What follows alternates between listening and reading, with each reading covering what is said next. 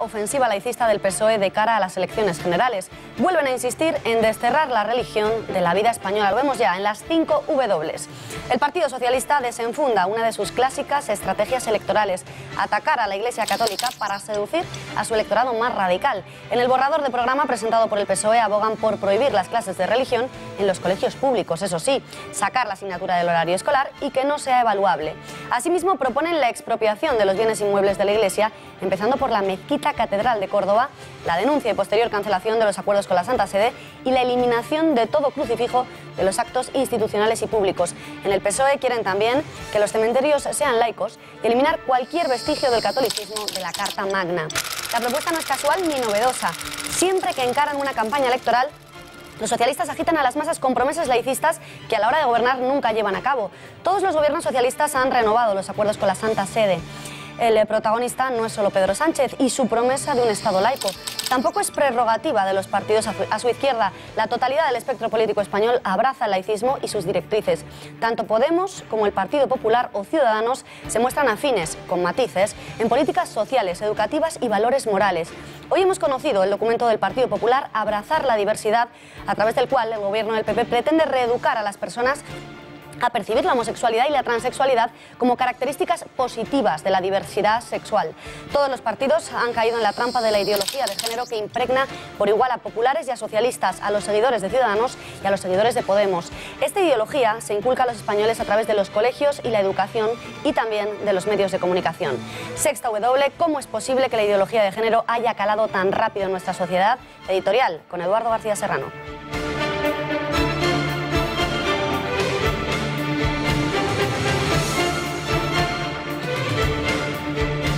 Buenas noches, Beatriz. Pues es posible porque, como decías, todos los partidos políticos, del PP a la extrema izquierda, todos los medios de comunicación, incluidos los llamados conservadores, y la inmensa mayoría de los docentes españoles, han asumido la ideología de género como el inapelable código de conducta al que debemos ceñirnos, el credo político que debemos profesar y la religión laica a la que debemos adorar. El PP y el PSOE son los abanderados españoles, como acaban de volver a evidenciar hoy mismo, de la ideología de género que nace en la conferencia de la ONU en Pekín en 1995 con el objetivo de subvertir el orden natural de la sociedad, destruyendo la familia, divulgando las bondades de la homosexualidad y del matrimonio homosexual, ensalzando la radicalidad feminista, ridiculizando la heterosexualidad y jibarizando el papel del varón en la familia y en la sociedad. La suma sacerdotisa de la ideología de género es Hillary Clinton, que hace unos meses exigía que los estados empleasen toda su fuerza coercitiva para acabar con la influencia del cristianismo en el mundo. La ideología de género es el ayornamiento de la decadencia de Occidente, socapa de una libertad que no es tal. Es la fuerza coercitiva de los estados contra todo aquel que no profese la ideología de género.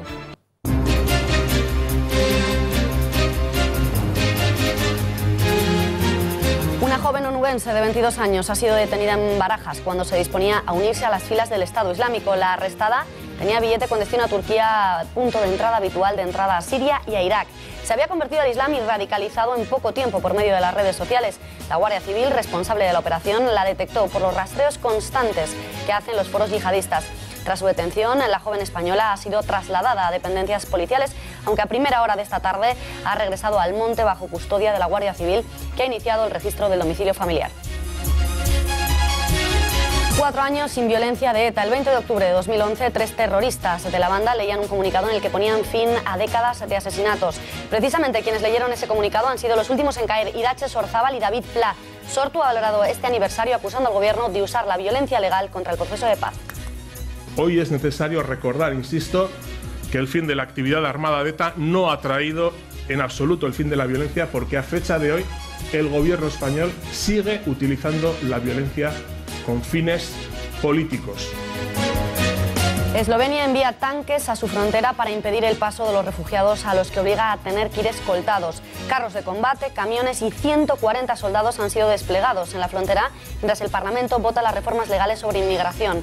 El Ejecutivo de Ljubljana no descarta el levantamiento de barreras físicas como las verjas y muros instalados por su vecina Hungría. Ocurre tras la clausura por parte de Budapest de cerrar también su frontera sur, obligando a los refugiados a cambiar la ruta de los Balcanes hacia la Europa rica. Solo desde el viernes 19.500 personas han entrado en Eslovenia. Y hoy martes, tiempo de abordar la economía en nuestra sección semanal. Analizaremos por qué preocupa tanto Pablo Iglesias a los empresarios, qué hay del resto de propuestas económicas de los partidos. Es Rivera el candidato favorito del IBEX y Rajoy de Bruselas. Lo veremos todo en un momento de la mano del empresario y experto en inversión Pablo Jimeno. En los deportes, Juanma Pérez Noya, a punto de jugarse unos partidazos de Champions, cuéntanos. Sí, estamos expectantes, unos minutitos para que comiencen esos dos partidos de Champions del Barça, del Valencia, en la Copa de Europa. Hay novedades, Luis Enrique acaba de hacer pública su alineación y juega con este hombre que estamos viendo justo ahora en pantalla, Ter Stegen. Sale de inicio, sustituye a Claudio Bravo y además que en el centro del campo hay tribote y arriba juega Munir. También juega, como decimos, el Valencia.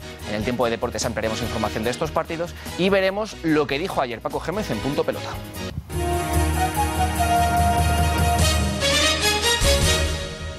Nos encontramos en el barrio de Los Jerónimos porque queremos saber qué opinan los ciudadanos de Rajoy y si creen que es el mejor candidato del Partido Popular para las próximas elecciones generales. Vamos a ver, es el que hay, no va a haber otro. ¿Hubiese preferido a otras figuras como Feijóo, Soraya, Cifuentes? Ahora ya no, creo que es tarde. Así que hay que votar eso, porque lo otro que puede venir es muchísimo peor. Sí, creo que Mariano Rajoy es el mejor candidato. Probablemente por anulación de todos los demás, pero sigue siendo el mejor. Pues a mí no. O sea, aunque voto al PP, pero a mí no me gustaría él como candidato. ¿Y a quién elegiría? Pues, por ejemplo, a Pablo Casado, que es un chico joven que yo creo que tiene que coger y renovarse el PP. Pues no, porque no tiene mucho calimba. Yo soy del PP, pero Mariano Rajoy precisamente... ¿Y a quién elegiría para sustituirlo? Pues a alguna de las dos mujeres que están detrás, ¿cómo se llama? Soraya, por ejemplo, a mí me gusta mucho. Pienso que es más cercana. Es el menos malo. Yo creo que no. ¿Y a quién elegirían del PP? La pregunta del millón, ¿a quién elegiría? Es lo que opina la calle a 2 meses exactos de la celebración de unos comicios clave en la historia de nuestro país, en el que la presencia televisiva parece que va a tener cada vez más y más peso. Tras el debate protagonizado el domingo por Pablo Iglesias y Albert Rivera, hoy el presidente del Gobierno no ha querido aclarar si participará o no en los diversos cara a cara que le proponen el resto de formaciones, pero ha pedido demostrar los hechos frente a las promesas fáciles. En general eso sucede en la vida no solo con las infraestructuras, sino en cualquier faceta en la que nos encontremos eso suele suceder. Por eso hoy podemos decir que estamos aquí con hechos y no con promesas, y lo importante es que en el futuro podamos también continuar con hechos y no con promesas. Eso decía el presidente del Gobierno. Por su parte, el portavoz de los populares en el Congreso, Rafael Hernando, considera que el debate celebrado por los denominados candidatos del cambio se trató de un corta y pega y que se deben hacer debates serios y en directo. Yo entiendo que las televisiones pues lo que buscan es el espectáculo en algunos casos y la audiencia. Pero vamos a elegir presidente de Gobierno, ¿eh? Cuidado, cuidado. De unas reglas, no un guirigay. Quien sin duda no teme enfrentarse a sus adversarios es Albert Rivera. Tras salir reforzado de su cara a cara con Iglesias, hoy ha lanzado el guante al secretario general de los socialistas. Yo digo, acepto un debate a dos. De hecho, ya tengo propuestas de cara a cara con Pedro Sánchez. Tengo 4 televisiones privadas que han propuesto debate a 2 con Sánchez o Rajoy, debate a 3, Sánchez, Rajoy y nosotros, y un debate a 4 con Podemos. Y yo digo sí a todos. Un cara a cara en el que Rivera e Iglesias dejaban un titular claro al reconocer que ambos habían realizado pagos en negro. PP y PSOE se aferraban a la confesión, asegurando que era motivo incluso de inhabilitación. Hoy Pedro Sánchez ha negado que jamás haya realizado pagos en negro. ¿Has pagado usted alguna vez en negro? Nunca he pagado en negro y me sorprendió que dijesen eso. ¿Seguro? Seguro. No he pagado en negro. Sin embargo, la hemeroteca le desmiente. En el año 2004, cuando Pedro Sánchez era un diputado prácticamente desconocido, reconocía lo siguiente, vean. ¿Usted trabajaría en negro si tuviera hambre? Yo te voy a hacer una confesión, cuando el primer trabajo que tuve me dieron parte en negro. La prioridad política de mi generación es reformar el Estado para convertirlo en laico. Palabras de Pedro Sánchez, que desenfunda de nuevo una de las propuestas estrella del Partido Socialista en campaña electoral, ofensiva laicista de cara a las generales. Porque creo que, por ejemplo, la prioridad política de mi generación, entre otras, será reformar el Estado y convertir el Estado en un Estado laico. Eso no significa ir contra la religión. Yo no soy ningún radical que ponga en cuestión la creencia de nadie. El PSOE propone eliminar la asignatura de religión de los colegios públicos, no de los privados. Aclaración de la número 2 del PSOE, Meritxell Batet, tras la polémica generada por el borrador del programa electoral socialista. Batet asegura que no quieren imponer nada y que tan solo se trata de un borrador para el diálogo. ¿También de la privada? No. A ver, el programa hace referencia a la escuela pública y no es una cuestión de desterrar la asignatura, sino de no incluirla como evaluable en el currículum global que después se contabiliza para el acceso a la universidad, por ejemplo. Entonces, ¿a qué se refiere exactamente Pedro Sánchez cuando dice que quiere convertir España en un Estado laico? María Matos ha buceado en el borrador del programa socialista. María, buenas noches. Propuestas concretas. Buenas noches, Beatriz. Entre las medidas más polémicas del nuevo borrador del Partido Socialista destaca la de promover una escuela pública laica donde no quepan las enseñanzas confesionales. Los colegios privados solo podrán dar la asignatura de religión como actividad extraescolar. Además, no será evaluable ni valdrá para obtener becas o acceder a la universidad. Siguiente medida, aprobarán una ley de libertad religiosa y de conciencia que establecerá un estatuto común para todas las confesiones. Por ello, se eliminarían los crucifijos de las tomas de posesión y se establecería un protocolo para hacer actos de Estado de carácter civil y no católico. También entre los planes de la formación se incluye el de transformar los lugares de culto que hay en los centros públicos que impliquen internamiento, como por ejemplo son los centros penitenciarios y hospitales, en lugares de oración multiconfesionales. Para ello también promoverán que los cementerios públicos sean aconfesionales. El PSOE se compromete a actualizar en la Constitución el principio de laicidad y suprimir cualquier referencia a la Iglesia Católica en la Carta Magna. También quieren expropiar a la Iglesia bienes inmuebles como la Mezquita de Córdoba y obligar el pago del IBI en todos los edificios que no estén destinados al culto. Por último, si el PSOE lleva a la práctica sus promesas, implicaría la denuncia del concordato que tiene España con el Vaticano y que cuenta con rango de acuerdo internacional. La intención del Partido Socialista es romper este acuerdo al máximo nivel. Una iniciativa que ha obtenido su respuesta en boca de la Conferencia Episcopal. José María Gil Tamayo ha recordado que la asignatura de religión no se le impone a nadie y que son los padres quienes deciden si quieren que sus hijos reciban formación religiosa. Además, considera que el PSOE busca un caladero de votos en el radicalismo. En la misma línea, Rafael Hernando, portavoz popular en el Congreso, apunta a intereses electoralistas en la propuesta socialista. Por proporcionalidad a lo que es la confesión religiosa mayoritaria en España, son católicos. Y ahora, salvo que vaya a buscar unos caladeros de radicalismo, pues no se entiende esta cuestión. Bueno, el Partido Socialista siempre aprueba medidas de estas cuando sabe que va a perder las elecciones. Luego, cuando gobierna, mantiene los acuerdos internacionales con la Santa Sede y mantiene una posición diferente a la que plantea, insisto. Para la vicepresidenta del Gobierno, Soraya Sáez de Santamaría, la religiosidad del Estado es un tema ampliamente debatido y en el que ya hay consenso.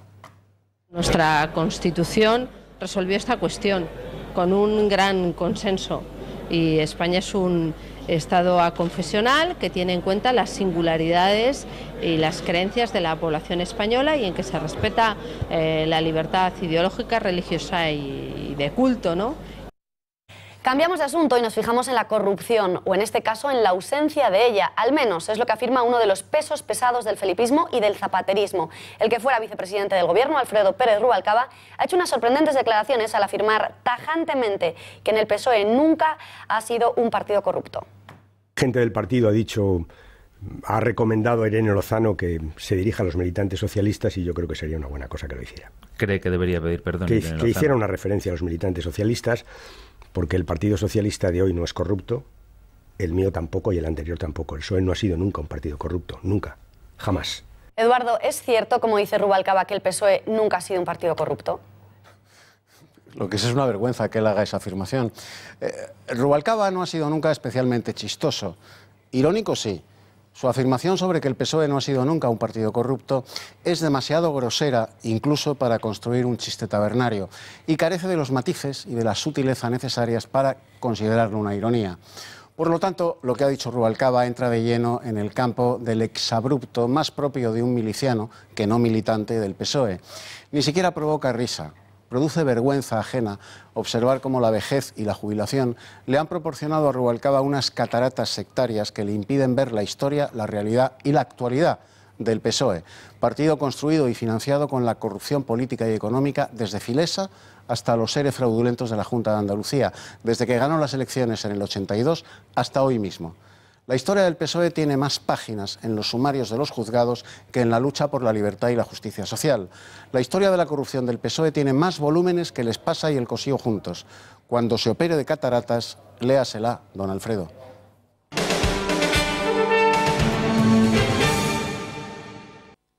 Artur Mas firmará el decreto de constitución del Parlamento el próximo miércoles. El 26 de octubre es el último día que permite la ley para constituir la Cámara, que fija 20 días hábiles tras las elecciones autonómicas. A partir de ahí se abre un plazo de 10 días para el primer debate de investidura. Con toda probabilidad, la nueva presidenta del Parlamento será la ex líder de la Asamblea Nacional Catalana, Carme Forcadell, y recaerá sobre ella la responsabilidad de convocar el primer pleno de la investidura. Si decide agotar también el plazo, será el 9 de noviembre, un año después de la consulta ilegal.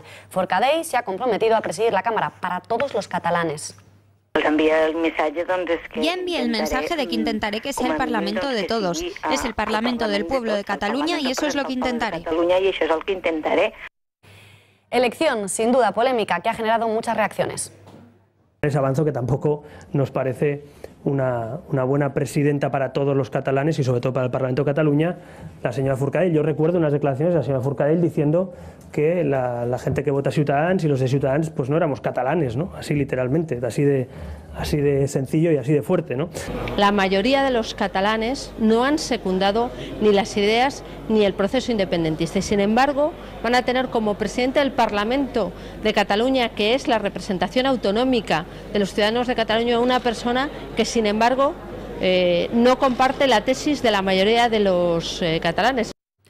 Seguimos en Cataluña. Freixenet se enfrenta de nuevo a los independentistas al elegir para su icónico spot navideño al equipo femenino de gimnasia rítmica, responsables de un vídeo viral en el que pedían no pitar al himno con motivo de la final de la Copa del Rey en el Camp Nou. Con esta elección, Freixenet vuelve así a lanzar un dardo a la deriva secesionista encabezada por Artur Mas. Y soy de Grecia. Soy Alejandra Quereda Flores, tengo 22 años y soy de Alicante. Tanto mis 4 compañeras como yo somos campeonas del mundo de gimnasia rítmica en la modalidad de mazas 2 años consecutivos. ¡El himno no se pita! Eduardo, ¿qué te parece la iniciativa de Freixenet de elegir al equipo nacional de gimnasia rítmica para protagonizar su icónico spot navideño? Me parece acertadísima, Beatriz. Freixenet no se va a quedar sola brindando con un sorbito de cava por mucho que los separatistas catalanes estén patrocinando el boicot a esta empresa por su proclamada españolidad. El año pasado Freixenet alzaba su copa, en su célebre anuncio navideño, por otros 100 años de unidad entre los españoles. Todos los caganés de los belenes separatistas con la barretina estelada hicieron lo propio sobre el nombre y la marca Freixenet. Este año Freixenet ha elegido para su spot navideño a las chicas del equipo español de gimnasia rítmica, que se atrevieron a proclamar el himno no se pita. Los caganés del separatismo están que braman porque no han conseguido amilanar a Freixenet. Brindemos pues con Freixenet, el mejor cava español, para seguir juntos, porque el himno no se le debe pitar y para que los caganés separatistas entiendan que España es el Belén de Cataluña.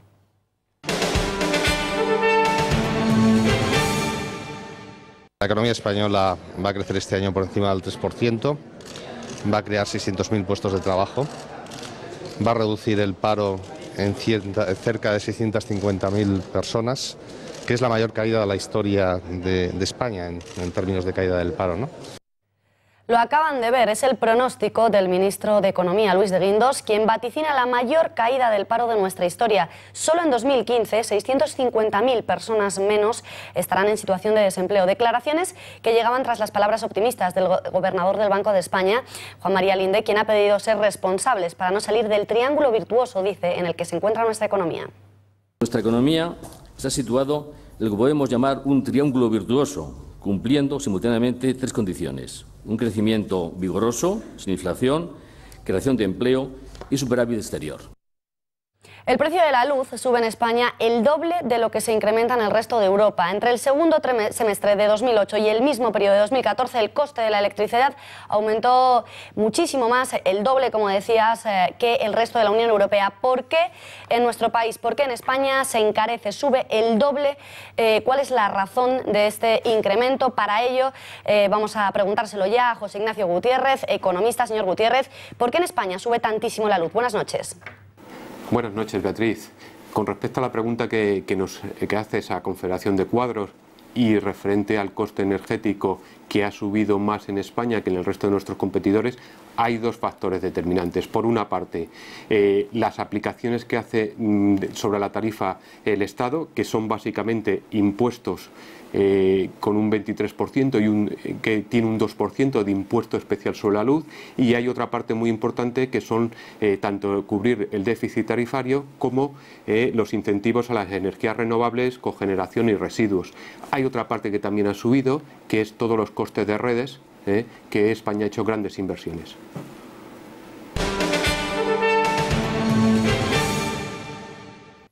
El Gobierno asume que todas las personas son homofóbicas por educación y que necesitan desaprender lo aprendido y reeducarse. Lo hace en un documento impulsado por el Instituto para la Mujer y la Igualdad, que bajo el título Abrazar la diversidad, propuestas para una educación libre de acoso homofóbico y transfóbico, deja muy claras dos cosas. Primero, que la heterosexualidad no es natural, y segundo, que todo el mundo es homófobo en mayor o menor medida.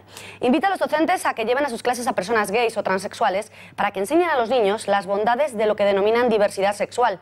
Así, en el texto impulsado por el Gobierno del PP, pueden leerse cosas como estas que están viendo en pantalla. Todos hemos sido enculturados en el sexismo y la homofobia, y estas actitudes han de abordarse no solo a nivel social, sino también introspectivamente a nivel personal. Más cosas. Frente a los argumentos que sostienen que lo natural es la heterosexualidad, los hechos muestran que lo natural es la diversidad sexual. No todas las familias están formadas por personas o parejas heterosexuales y sus hijos e hijas, dicen en el documento. Existen también las llamadas familias homoparentales o familias arcoíris. Somos educados para rechazar la homosexualidad y a las personas que son o parecen homosexuales o bisexuales. Por lo tanto, estamos ante una forma de pensar, sentir o comportarse que se puede desaprender y de la que nos podemos desprender tanto individual como colectivamente. Y por último dicen, la diversidad es positiva, desdramatiza la diversidad sexual, familiar y de identidad de género, constituye una excelente oportunidad educativa para construir otra escuela posible. El documento se propondrá a todos los centros escolares de España como el marco de referencia de la perspectiva de género aplicada a la vigilancia y el control de la comunidad educativa. Para analizar qué impacto puede tener en los alumnos esta iniciativa, conectamos en directo con la psicóloga y psicoterapeuta Pilar Muñoz, a quien ya saludamos. Señora Muñoz, muy buenas noches. Muy buenas noches, ¿qué tal? Un gusto estar con todos los televidentes. Igualmente. Vamos a intentar desentrañar. Empecemos por el principio. En primer lugar, ¿qué le parece el documento que ha presentado el Partido Popular? Bueno, tiene muchísimo calado porque no se trata de una educación sexual, ni mucho menos una educación para la diversidad, porque la diversidad en sí en cuanto a sexo y a sexualidad es una evidencia, es decir, la distribución estadísticamente en cuanto a homosexualidad y heterosexualidad ya ha existido siempre, es decir, la conducta normal en cuanto a norma estadística, la norma estadística es lo que más se repite, es la conducta heterosexual. Otra cuestión es que por intereses políticos o lobbies de poder nos quieren hacer entender que la homosexualidad o la transexualidad pertenece a la diversidad. Efectivamente, hay que considerarla exactamente igual que el celibato o la virginidad. Sin embargo, esa otra opción tampoco se considera y también es parte de esa diversidad. Es decir, que lo que yo abogo, y desde luego es así, es por el respeto a la persona, pero no por una elevación y una centración de que tenemos que asociar el respeto solo a la homosexualidad. Lo de ser homófobos, es decir, enseguida que ponemos el adjetivo de fobia, parece que es algo negativo y realmente lo es. Pero el ser humano tiene muchas fobias y no solo a la homofobia, sino tiene muchísimas fobias, fobia por ejemplo a una raza, fobia por ejemplo a una religión. Sin embargo, hay unos intereses creados que ha hecho el centro de interés educativo. ¿Por qué interés educativo en lo sexual? porque el cerebro de los niños y de los adolescentes es un cerebro plástico. Y hay conductas como la sexual, que es una conducta dinámica, es decir, no termina de cuajar hasta bien entrada la juventud. Es decir, que la conducta sexual es polimórfica y es dinámica, con lo cual el adolescente en plena adolescencia está descubriendo la parte gonadal, está descubriendo la parte germinal. Cuando digo la parte gonadal es estrictamente los genitales. Está descubriendo la parte somática o la parte del soma, que es la parte del cuerpo. Es decir, qué zonas son erógenas, qué zonas son de sensibilidad o de sensualidad. Señora Muñoz, entonces se cristaliza. Entonces, ¿qué impacto, está diciendo usted que digamos que no estamos formados en la sexualidad hasta la juventud, qué impacto puede tener este proyecto en alumnos en temprana edad? Bueno, es un impacto, desde luego es una manipulación, una injerencia de la conducta sexual. Cuando hacemos una injerencia en la educación en cerebros plásticos significa que o vamos a extinguir una conducta, o vamos a reducirla, o vamos a mantenerla, o vamos a aumentarla. Con lo cual, lo que impedimos es la madurez de manera evolutiva y de manera cultural y familiar que en las latitudes, es decir, no es lo mismo una tribu de la Polinesia, donde hay mucho más polimorfismo sexual, que en una cultura nuestra que lleva una serie de cientos de años establecida así, con lo cual es una injerencia que cuando manipulamos una conducta en poblaciones de jóvenes no sabemos verdaderamente el impacto que va a tener hasta posteriores años y el resultado lo veremos en generaciones posteriores. Lo que sí sabemos es que con la educación curricular de análisis, síntesis, lenguaje, teníamos unos sujetos que alcanzaban la madurez total, la madurez cognitiva, incluida la madurez sexual. Es que la sexualidad lo que tenemos que centrar es que no es solamente gonadal, es que es mucho más allá. Es que tiene que ser el sujeto el que controle su cuerpo y sus impulsos. Señora Muñoz, Entonces, le pido un pelín más de brevedad en sus respuestas porque quiero abordar muchos asuntos. El proyecto afirma, por ejemplo, que la heterosexualidad no es natural, que lo natural es la diversidad. ¿Es esto cierto? Y por otro lado, ¿coincide usted en que todos somos homófobos por educación, como denuncian desde el Instituto de Igualdad? No, para nada, para nada. Primero, la heterosexualidad a nivel estadístico de norma es lo general, es lo normal. La homosexualidad, vivimos en una época de gaycidad, empieza a ser considerado como normal, pero la norma estadística es la heterosexualidad, aquí y en cualquier tribu.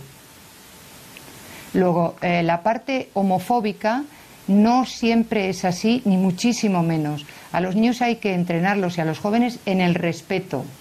Y eso incluye el respeto a cualquier persona, no solamente en la conducta sexual, sino en cualquier otra conducta. Luego, establecer que la homofobia pertenece a nuestra cultura es un sesgo con una ideología de género o de un lobby ideológico y político muy fuerte. ¿Usted en su consulta ha tratado casos de adolescentes víctimas de estas campañas educativas, de estas campañas de ideología de género? Sí, por supuesto. Se trata de desmontar la ambigüedad que viene de manera externa y hacer extinguir esa parte de injerencia externa y empezar a trabajar la parte endógena, es decir, el sujeto no se había planteado la homosexualidad hasta que no ha sido impuesto o manipulado por una ideología de género que le sitúa en el interrogante de, oye, ¿no puede ser homosexual? Cuando el adolescente, como hemos dicho, también tiene en sus fantasías, que es la parte gonofórica interna, esa posibilidad, pero entra dentro del territorio de las fantasías. Si tú le manipulas y le dices que eso lo puedes canalizar, viene el problema de neurosis, de ruptura. Y el sujeto puede decir que es homosexual y al cabo de 10 años decir, no soy homosexual, pero ya estoy implantada en la homosexualidad, con lo cual voy a ser bisexual. Entonces rompes al sujeto. Señora Muñoz, ha quedado clarísimo. Muchísimas gracias por atender nuestra llamada y muy buenas noches. Muy buenas noches.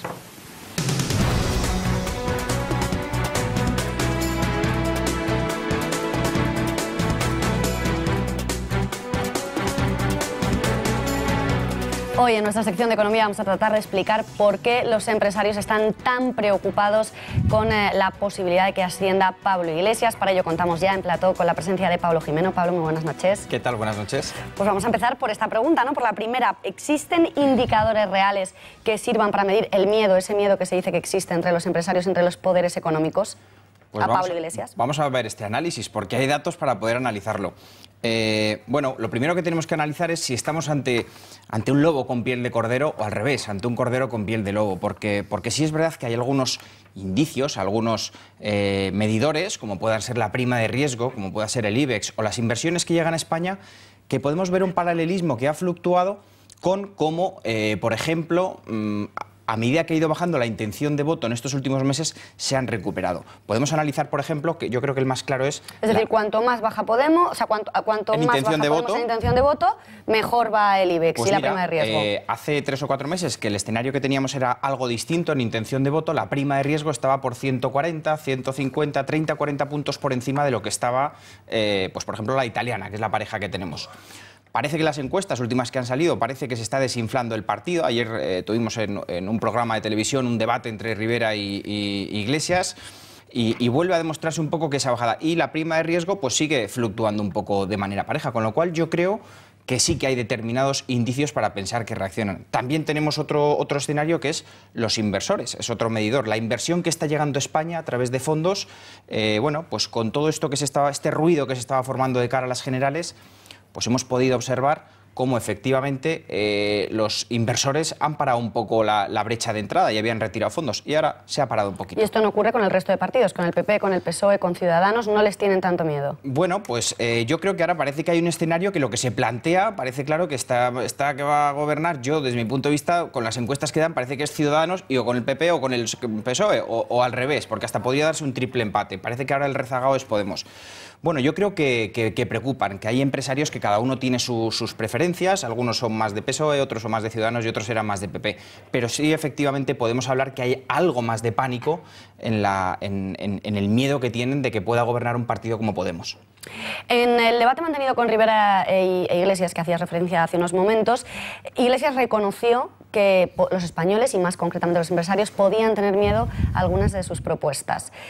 ¿Cuál de las propuestas de Podemos dirías que es la que más preocupa a los empresarios? Bueno, pues mira, hay medidas, yo tampoco creo que sean las medidas de Podemos lo que los tiene acongojados. Yo creo que son, porque las medidas podemos analizar algunas, pues bueno, sí, el incremento de las cotizaciones salariales, estamos hablando de una subida del salario mínimo, estamos hablando de una reducción de las horas laborales a 35 semanales, pero yo creo que no es tanto esas medidas que han analizado los empresarios y algunos se está posicionando hacia un lado o hacia el otro. Yo creo que es más el discurso que tienen. Y en ese discurso lo que se puede analizar es que parece que estamos, bueno, pues que en todo momento siempre están muy del lado del trabajador y las empresas, que es lo que más está sufriendo, las empresas que no son las empresas del IBEX, son las pequeñas y medianas empresas también, pues bueno, también tienen que sentirse ayudadas por el partido que va a gobernar. Y eso, pues a lo mejor está ocurriendo menos. ¿Y crees que, por ejemplo, el caso de Grecia, todo lo que ha ocurrido allí, hace que los empresarios estén aún más asustados con la posible, ahora ya cada vez menos parece, por la intención de voto, pero con la posible llegada de Pablo Iglesias? ¿Crees que ha influido? Bueno, yo desde mi punto de vista aquí sí que le echo un cable a Pablo Iglesias. Yo creo que Tsipras, el gobierno de Syriza, no podemos hacer un paralelismo. Es verdad que... ¿Pero lo hacían ellos? Lo hacían ellos, efectivamente. ¿Y se equiparaban ellos? Y han tenido una gestión, han tenido una negociación con Europa que quizás no ha sido brillante, se les sacan muchos peros, pero no podemos comparar a Grecia con España porque vienen desde puntos distintos, el recorrido es distinto y lo que se han encontrado en ese gobierno pues no era tampoco fácil de solucionar. Yo creo que sí que es cierto que en la opinión pública y empresarial sí que se hacen muchos paralelismos, pero desde mi punto de vista no todos son razonables, no podemos hacer una comparativa totalmente equiparable. Igual, sí. Pablo, ¿consideras que los líderes políticos que nos gobiernan también influyen en la valoración de la marca España, de la marca de un país? Bueno, pues tenemos que analizar, este es mi campo, el marketing, esto sí que me gusta. Claro, me encanta. tenemos que analizar qué es la marca España, es decir, cuando se habla de la marca España, que está tan en boca de todos y que tantos beneficios nos puede traer, pues fíjate lo que ha pasado en Alemania con la marca alemana, ingeniería, pues lo que ha pasado con el caso Volkswagen y cómo influye. Y el impacto que lo comentamos el otro día. Efectivamente, el otro día lo analizábamos muy de cerca del impacto que tenía. Pues bueno, la marca España, ¿quién la compone? Bueno, pues desde cocineros como Ferran Adrià, que recorren el mundo, Nadal es la marca España, la Casa Real Real es la marca España. ¿Y los políticos son la marca España? Es decir, ¿hay políticos que nos representan fuera y la gente se hace una idea de cómo somos los españoles? Pues sí, por dos cosas. Uno, por el fondo de sus mensajes, por los discursos que dan. Y otro, por la imagen. Aquí tendríamos que analizar... candidato como Pablo Iglesias, que es muy mediático y ha dado mucho que hablar. Muy mediático, y la gente se queda con su imagen, porque, bueno, no vamos a entrar tanto a los mensajes y al programa electoral, que lo conocemos, que es lo que tienen, pero también hay un debate abierto sobre la imagen, cómo se puede representar a un país. Oye, corbata sí, corbata no, pues chaqueta sí, chaqueta...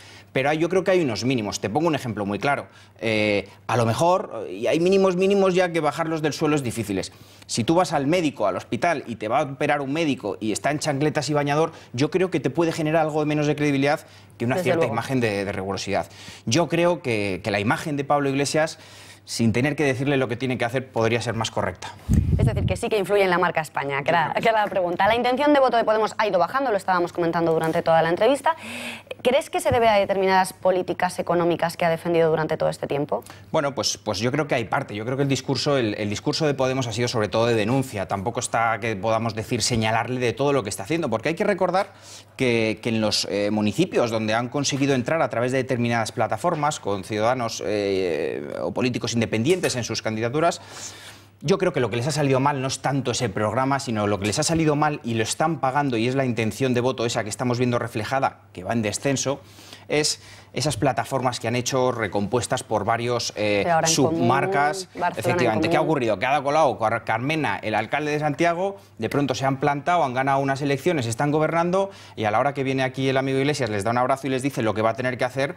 Un poco quita, que ya hago yo lo que crea, efectivamente, que tengo una plataforma. Lo que le ha pasado con Carmena, que se ha desligado totalmente. Se ha desligado, y por mucho que intenta hacer citas y salir en la foto, no son los mismos. Y eso yo creo que no lo tienen controlado y no le ha salido tan bien como ha defendido. ¿Y le darías algún consejo a Pablo Iglesias, tú como Pablo Jimeno, para que cayera mejor, para que gustase más a los empresarios? Bueno, pues mira, yo creo que el problema es que se está equivocando en un problema de fondo, y es que al final completamente hay que defender a los trabajadores. Ellos están ahí con una lucha constante de defender, bueno, pues por ejemplo los desahucios, ¿no? Que es una guerra de un caballo de batalla que tienen, ¿no? Los desahucios hay que pararlos. Y yo estoy completamente de acuerdo que hay que tener soluciones, y yo creo que cualquier persona con cierta sensibilidad hay que buscar soluciones. Pero yo creo que el problema no consiste en condonar la deuda y solucionarlo y tirar la patada para arriba.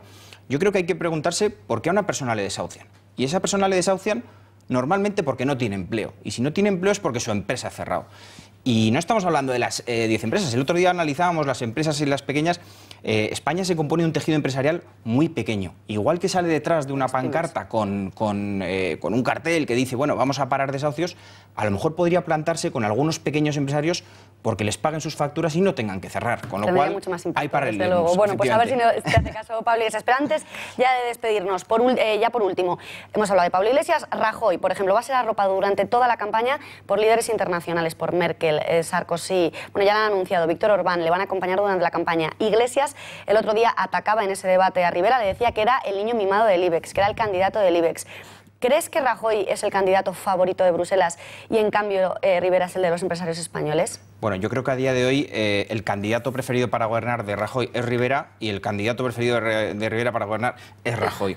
Y al final, para ver quiénes son los preferidos, como dice la Biblia, por los que le rodean le conoceréis. Habría que ver con quién sale cada uno en las fotos para tener más apoyos, pero es difícil saber esa respuesta. Bueno, pues ahí lo dejamos. Muchas gracias, Pablo Jimeno, y hasta la semana que viene. Gracias, buenas noches. Gracias.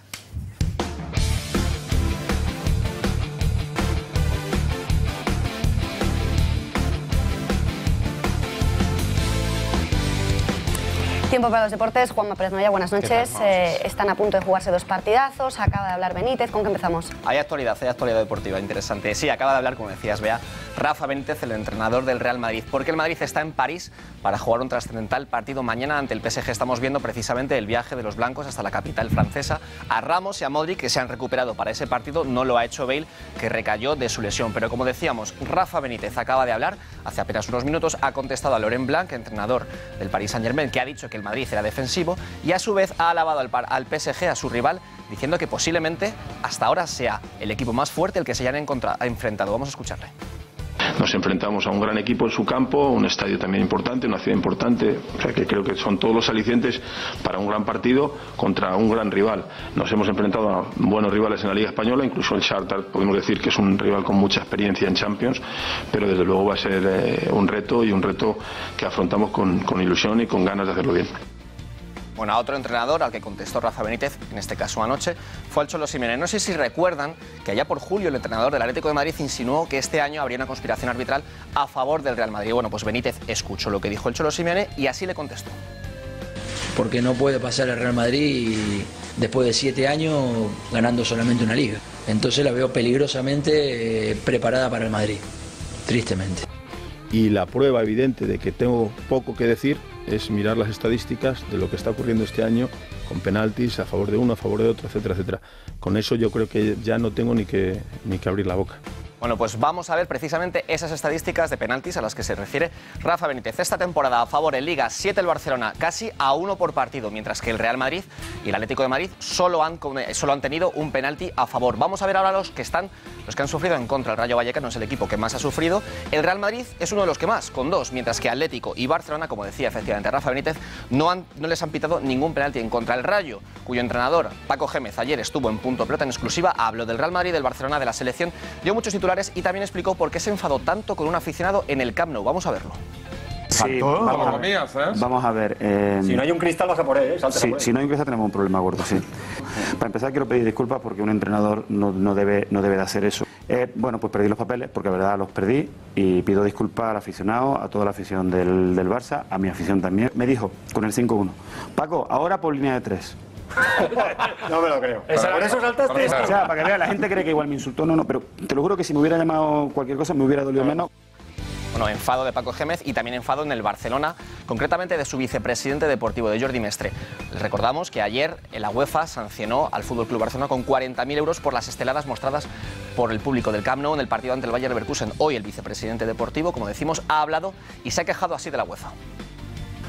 Recurriremos a UEFA, iremos al TAS, si el TAS nos da también la negativa, pues recurriremos a la Corte de Suiza y en último caso a Estrasburgo, ¿no? Porque no entendemos como un hecho que no incita a la violencia en absoluto y que además es totalmente respetuoso, ¿por qué nos tiene que tratar así la UEFA? Sí, se puede repetir evidentemente, porque nosotros no haremos nunca es decirle a nuestros socios y simpatizantes que no traigan ni estaladas ni que expresen su opinión. Juanma, rapidísimamente, alineación de Punto Pelota que va a continuación. Bueno, pues nuestro director Ulises Sánchez Flor, acompañado por Kiko Matamoros, Joaquín Maroto, Látigo Serrano, Pedro Riesco y José Carlos Velasco. Bueno, pues no nos lo podemos perder, tampoco se pueden perder ustedes Gaceta.es, pueden seguir informados en todo momento también, puntopelota.es. Nosotros nos despedimos hasta mañana, muchas gracias, hasta mañana.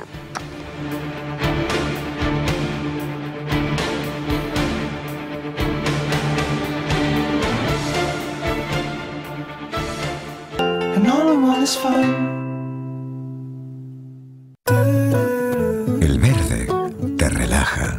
El azul te transmite confianza y seguridad. En CaixaBank verás la vida de otro color. Con el pack multiseguros tendrás todos tus seguros en una sola cuota mensual sin coste adicional. Y además podrás disfrutar de hasta 3 meses gratis. CaixaBank. Tú eres